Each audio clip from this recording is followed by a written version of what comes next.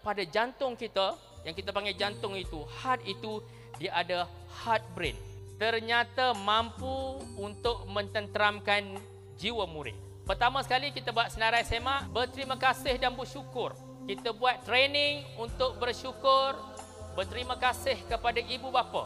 Di atas memahami dalam ayat ini tentang kesusahan ibu bapa yang berlipat kali ganda kesusahan ibu. Wahnan ala wahnin. Bersusah payah. Jadi kita bawa murid yang emosinya tak bagus, mendalami maksud sebenar menghargai jasa ibu.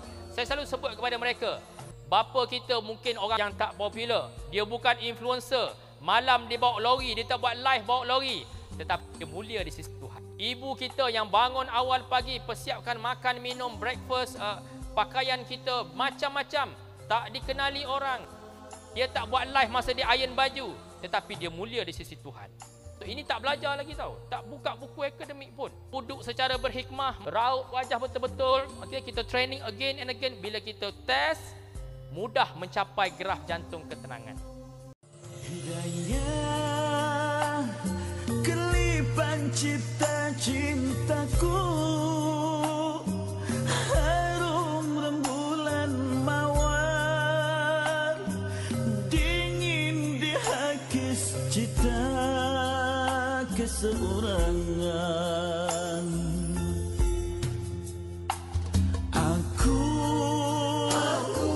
masih menghitung diri, kesiangan yang panjang ingin mengisi hati. Padamu kasih, satukan aku dengan rahmatmu, dengan kalimah malam siangku, berliku-liku duri dugaan, siratan cinta, biar dijembala mentari dan di bahu gunung berapi, pasrahku abadi untukmu, untukmu.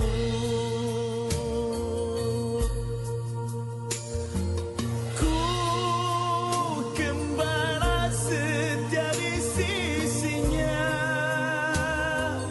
ku inginkan bahagia abadi,